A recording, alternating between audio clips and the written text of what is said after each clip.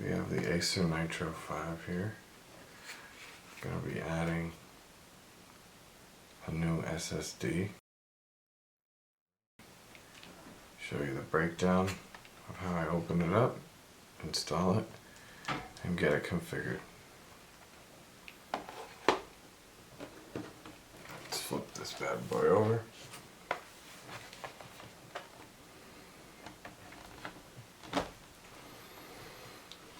And for any breakdown of a laptop, I'd recommend keeping your bolts or your screws organized, but in this case they're all the same size, so not a big deal. If you want, you can use a little tray like this. They also have magnet pads to keep track, but this is a pretty stress-free tinker, so I would recommend.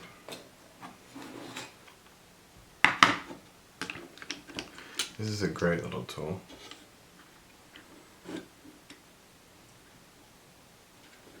I just need size 0. This will be perfect for these screws.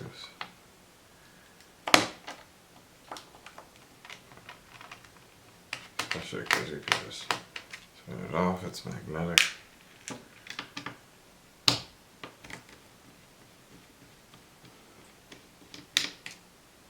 Like I said, they're all the same size, so it's not a big deal. You just want to make sure you don't strip your screws. And when you tighten, definitely don't over tighten. When it stops spinning with average pressure, then it's screwed in. You don't want to over tighten anything electronic.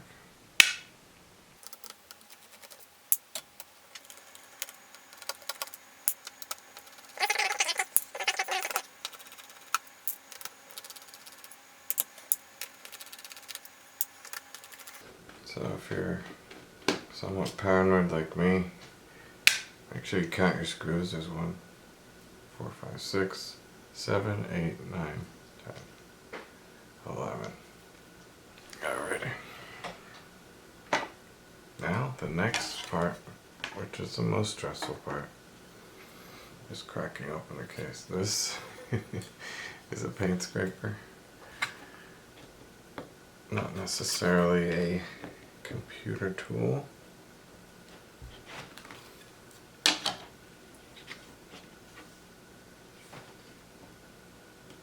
What I do, I have a little spot where I already opened it up, so I'll crack it open from there. But they also sell plastic tools, because you really shouldn't use a metal tool. You can scuff up plastic. In this case, I'm not too worried about it.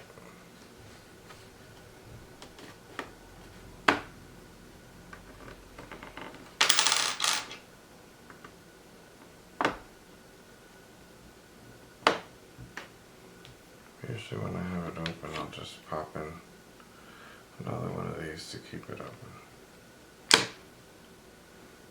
That way I can just go down the line. Once you get a couple of these little clips off, then it opens right up.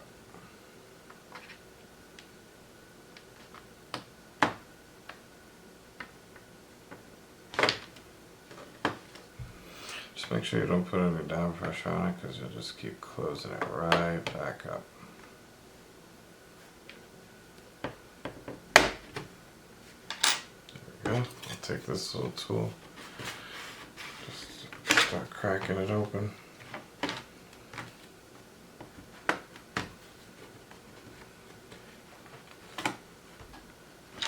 And you don't want to shove anything inside of this, because it has a lot of components, so you want to be relatively delicate.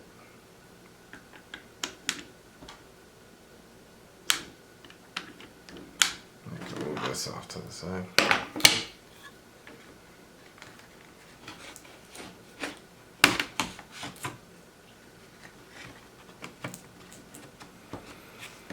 when you get to these upper corners here, you just have to kind of shimmy it.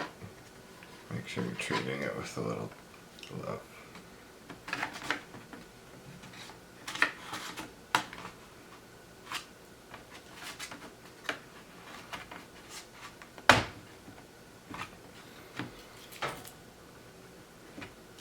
We're almost there.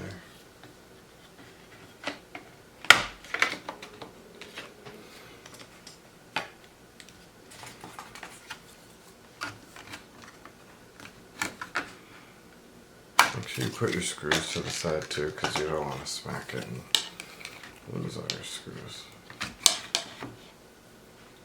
When you get to this bottom half, it comes off. This whole section comes off. So it takes a little bit of wiggling or finessing. And if you want, if you're a little paranoid about scuffing up your laptop, I recommend that you put a little mat down.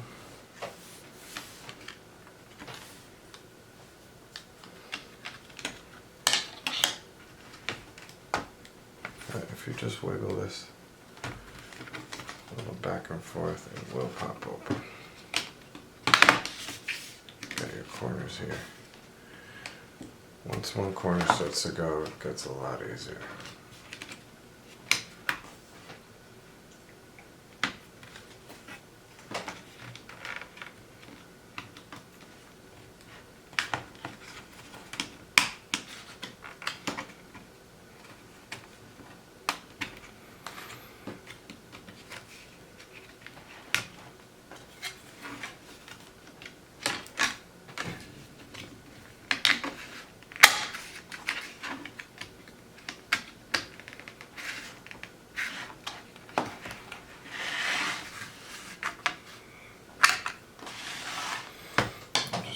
This way to get a good view, because it's not good to work blind.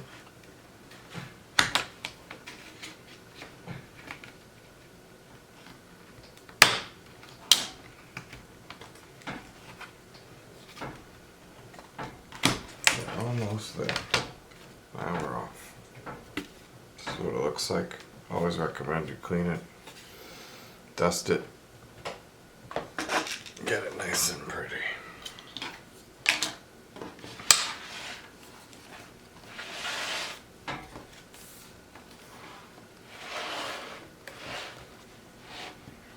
Alright, so let's get into it. First things first, you're gonna unscrew this lovely little screw here. So put some downward pressure because you don't want to strip that screw. This one is different than the others, so set that aside somewhere safely. Again, this is the memory that I'm installing, or the storage rather. Predator 1 terabyte. You can go bigger if you want, but I personally don't think it's necessary unless you do some heavy gaming.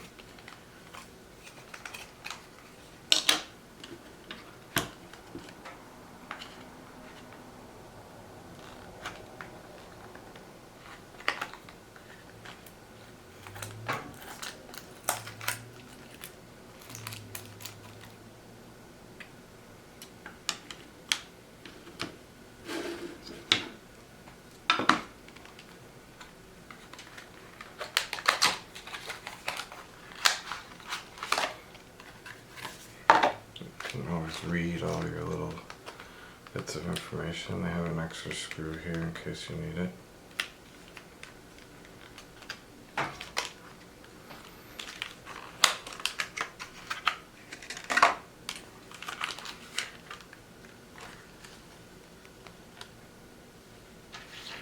Put that to the side because you never know if you end up losing the stock one.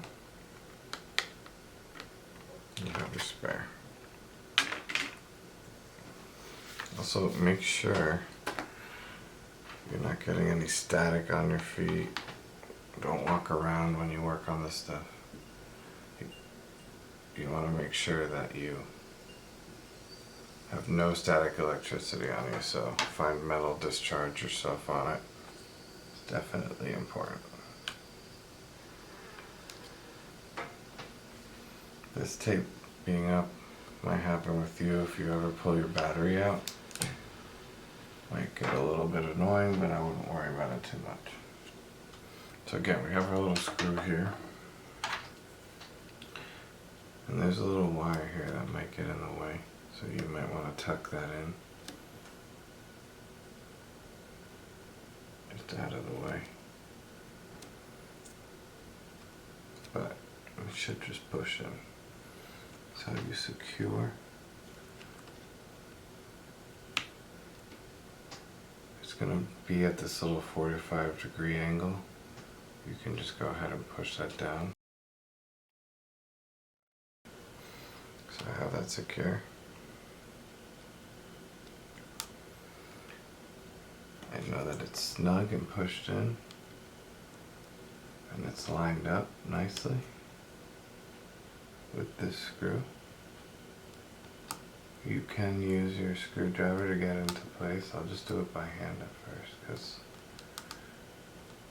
the less pokey stuff that I put near the motherboard, the better.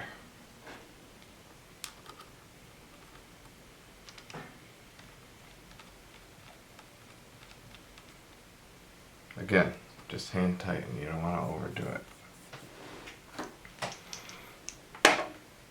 That's really it. Once you have that in place, it's time to close up shop and get it ready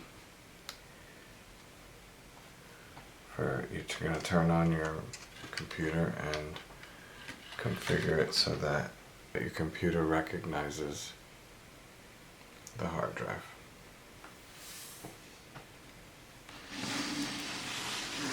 Now it's also a good time to clean things up if you want to. Sometimes I take a Q-tip, just get some of this dust out of here. You don't want to spin the fan.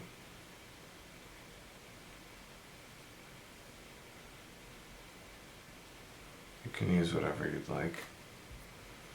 Some people are OCD and they're a little scared to use this because you don't want little bits falling in there, but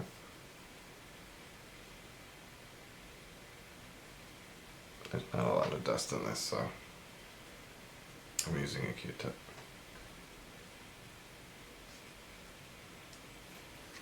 Everything is in place and safe. So I'm ready to close up shop here.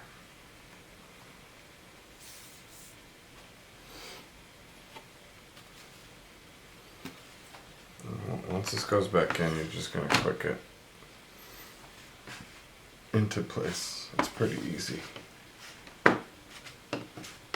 Again, don't be paranoid if you hear crazy sounds. Just make sure that everything's mounted up correct. Hear those nice clicking sounds, that means it's going into place correctly.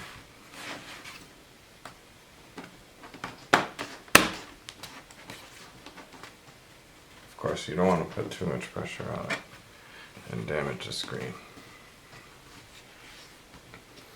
We have our trusty screws here. Just start loading them all into place. I like to put them all in and then tighten them in one by one. That way, you know you have everything back where it should be. Now's the time where if you have a missing screw, that's your uh-oh moment.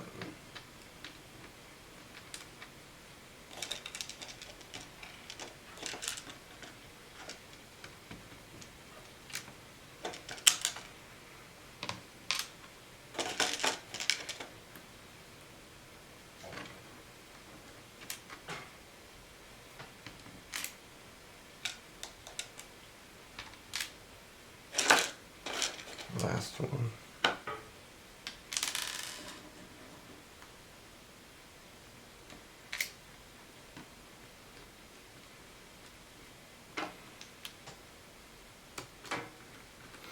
I like to do the corners first. Again, hand tighten, don't over tighten it. Not trying to use like an impact drill to screw this together, you'll crack the housing.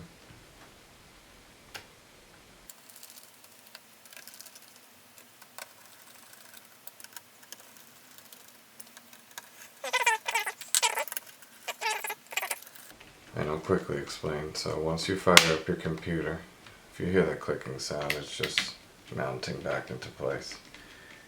When you fire your computer up, you're going to go into your memory management or your storage management, and you're going to configure your hard drive. Fold this bad boy back over. And I would recommend, if you don't know if it's charged or not, that you plug it in. For my sake, I know that it's charged up, so I won't need to do that.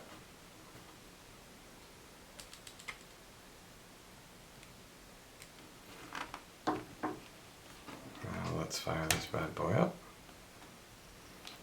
Make sure everything's running as it should. Alright, so we're firing up this bad boy. I'll lean it back so you can see a little bit.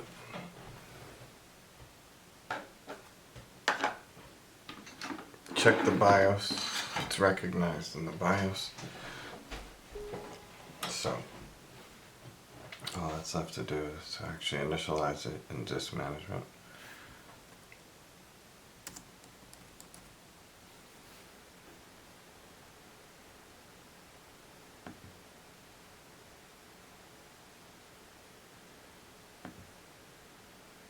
And sometimes it won't show up. You gotta give it a restart. And then here we go. Finally see it here after a nice restart.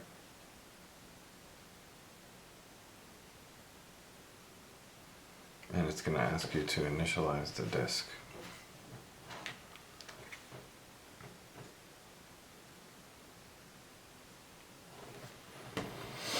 We're gonna do a GPT or a GUID partition table. That's the standard. I would recommend that.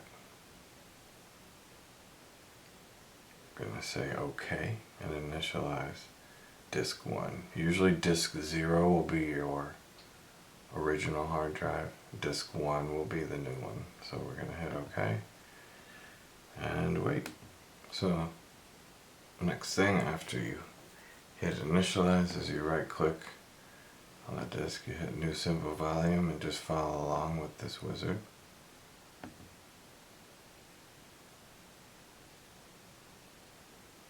You could name it drive AB's, whatever you want. I'll go with D. Volume label, you can label it whatever you want.